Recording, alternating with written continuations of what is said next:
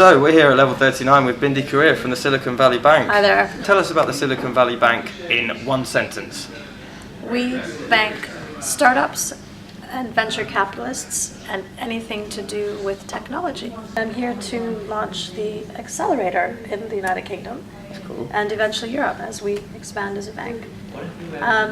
Actually, it's just about focusing on working with and engaging with the early stage startups, and hence why I really like it here, because there's a lot of great, interesting. There are quite a few early stage startups at Level 39. Yeah. And we are actually one of Britain's newest banks. So we got our banking license last June. Wow. And so now we're a proper commercial bank, and I think we're very, very niche. So we focus on technology-focused startups. So another great reason I like this accelerator. So do you work with any kind of startups in particular? Industry agnostic is what I'd say, but typically they're technology focused with really strong form of IP. Proper software company is what we typically engage with. So. Do you have a premises? Is there a Silicon Valley Bank HQ in London? Yes, we're down that way. We're at 41 Lothbury, so we're in the old NatWest, or Westminster building as they call it. National Westminster. Yeah, we're right behind the Bank of England and right near the Royal Exchange. So we're in the city. Yeah, that's quite a nice area. It's lovely. Yeah, a few long lunch breaks for your startups that are in there. No, we don't lunch. I lunch at my desk, or constantly out meeting startups, or hanging out at accelerators. Yeah, this is very cool. Lunch in the lounge. I'd like to lunch here with some of the startups. It'd be we quite can have fun. lunch. We could do lunch. Excellent. So, do the startups that you incubate, do they come to Silicon Valley Bank HQ? And they don't have office space there, no. Right. Really, we're the bank, and I prefer to go to their offices, quite honestly, because this is one great facility, and this is very luxurious for startup-y. But I do go to some really incredibly low-key offices, like warehouse space in East London. So I do spend a lot of time in East London as well. Low-key is a very nice word. Yeah, it's fun though, because one CEO, I sort of worked with him since his company was 3 people, and now it's about 50. But he jokes about the smell in the office, his first office, and how bad it was. And I wasn't going to say it, but it was quite a smelly office, and literally I was sitting on milk cartons because that's all they could afford for chairs. And I'm like, this is great. This is proper startup. Yeah, milk cartons, startup chic. At least they covered it a bit. So they should. Now they're doing well. They should be kind of sponsored by Dairy Crest. Exactly. Actually, another funny story is these 2 guys. They're now based in East London as well, but they started out their business, and it was Brixton, because the guy's family was based in Brixton, and he was born and raised there. And they were living in a garden shed and using a pail as their bathroom. As their facility. As their facility, yes. And they were like, no, because we had to put money in the business. And again, now they've been living in a garden shed. In a shed, basically. In a friend's garden. Yeah, or something. basically, the 2 of them were living in the garden shed, using a bucket.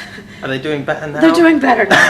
They have real houses now, or real flats. But they couldn't afford anything, and they were just so focused on building the product. And now it's up and running, and they've got millions of users. And but I love that story. I was like, that's such a great story, because that just shows what these entrepreneurs are willing to do. Can you tell us who that is? I probably won't. I'm not sure. I probably Very won't. wise. Yeah. So getting back to the Silicon Valley Bank, yeah. What is a startup's journey through the process of engagement with Silicon Valley Bank? So we've got sort of 3 different divisions. So it's the accelerator, which is the part that I'm looking after. There's the growth team, and then there's the corporate team. So actually, we will start with the company right from the beginning, if they're building an interesting product and blah, blah, blah.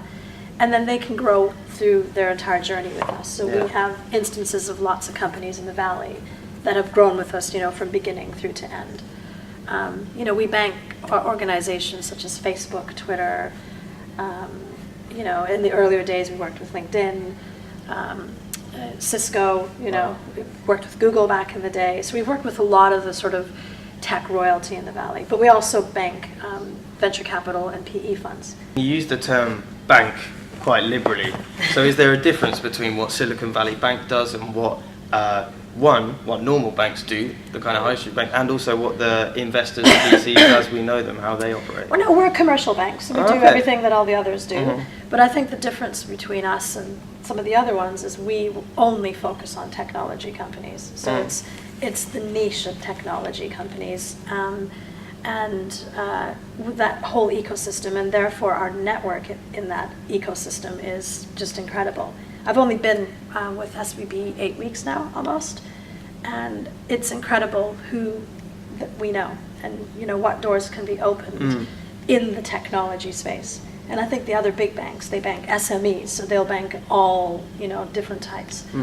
Although a lot of them are switching on to the fact that tech entrepreneurs is sort of the new chic, as we could say. The new black. Or the new white, depending on the season. But as the young companies grow, we can actually help them as they start to fundraise, the bigger rounds, because we can introduce them to the right VCs. I'm spending a lot of time with innovation folks and corporates, since we can start to do those introductions. Tell us a bit about Bindi. I love startup, I love entrepreneur, love technology. Prior to this, I was looking after a startup program at Microsoft called BizSpark. I was at Microsoft 8 years for all my sins. I've worked in a small VC. I've actually worked in a fintech startup. It was a trading technology platform in the commodities market. So we were selling the platform to brokers, exchanges, and trading floors within large banks, commodities trading floors. So I feel comfortable here because fintech is sort of my background. And before that, I was a strategy consultant in financial services and technology. So you're the right woman for the job. Hope so. What's your favorite song? Oh, I've got too many favorite songs. Depends on the mood I'm in, really. If you're tired. If I'm tired. Yeah. Favorite song for when you're tired. A bit of Bob Marley is always Oh, good. Like good Redemption shout. Song. That's kind of a nice chilled out tune. Yeah. Bob. Good. Imagine Bob here at the wharf. Yeah. I can imagine Bob here at the wharf. I don't know if this is a myth or not, and this is completely irrelevant to an interview about tech. Yeah. But I'm a Tottenham fan. I'm a football fan. Okay. And I hear the weekend when Bob unfortunately passed away, he had tickets for the Tottenham versus Manchester City Cup final. How cool is that? It makes me feel, as a Tottenham fan, like Bob was a Tottenham fan, and that's what I'm going to believe totally relevant. forever. That is what I'm going to believe forever. But Redemption Song, good shout. It's a good song, right? It's just chilled, and you just think of sunny days, and if you're tired, it kind of perks you back up. It's really nice. Good tune, yeah. So you sing a little bit? No, I'm joking. No, I don't want to break the camera. Well, Bindi Karia from Silicon Valley Bank. Favorite song is Redemption Song. Well, not Who really. knew? Chill day. Who but knew? Nothing like a bit of Bob, right?